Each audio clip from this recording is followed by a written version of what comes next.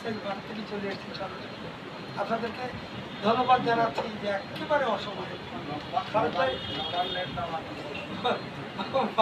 কথা বলেছেন, বললাম যে এই সময়টা করি না, তার মানে বেশি সময় পেলি।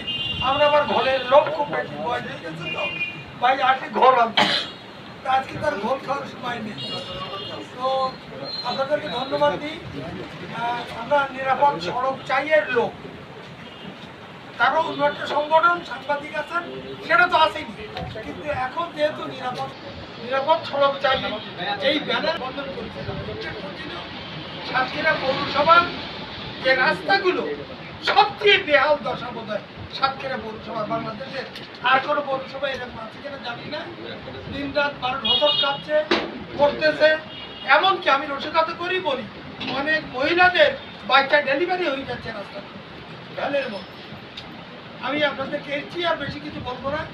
আমরা নিরাপদ সড়ক চাই, এই আন্দোলনে যুক্ত হয়ে আমার মনে আপনারা বলছেন পৌরসভার সামনে তো একেবারে ব্লক এমনি ভাবে পৌরসভার শুধু না এই জেলার, আমার জেলার যে জায়গায় যে কোনো জায়গায় নিরাপদ সড়কের জন্য আমরা আন্দোলনে আছি। বেরোন, আপনারা সব কিছু বাদ দিয়ে আপনারা এই নিরাপদ সড়ক চাইয়ে এই প্রোগ্রাম এসছেন, এই জন্য ধন্যবাদ দিলেন। আপনাদেরকে ছোট করা হবে কারণ প্রতিষ্ঠান আপনাদের আমাদের সবাই এই প্রতিষ্ঠানকে সামনের দিকে এগিয়ে হয়ে যাবে। এই সংগঠনটাকে দাঁড় করানোর জন্য একক ব্যক্তি আপনারা সবাই এর জন্যই মানে সামনের যে কথাটা আছে আপনারা সবাই এর জন্য দাবিদার। এই পর্যায়ে আমাদের মধ্যে সাতক্ষীরার আর একজন সমস্ত মানুষের কারিগর, সব মানুষের মানে শিক্ষার কারিগর বড় ভাই প্রফেসর মুজাহিদুল সাহেব যে কথাটা বললেন, এই চ্যাপ্টারের যে প্রোগ্রামটা এটা অন্য কিছু না, আজকে রাখা হয়েছে এটা কমিটিটা রিসাফল করে, তাই তো? এবং কমিটিতে কিছু লোক আছে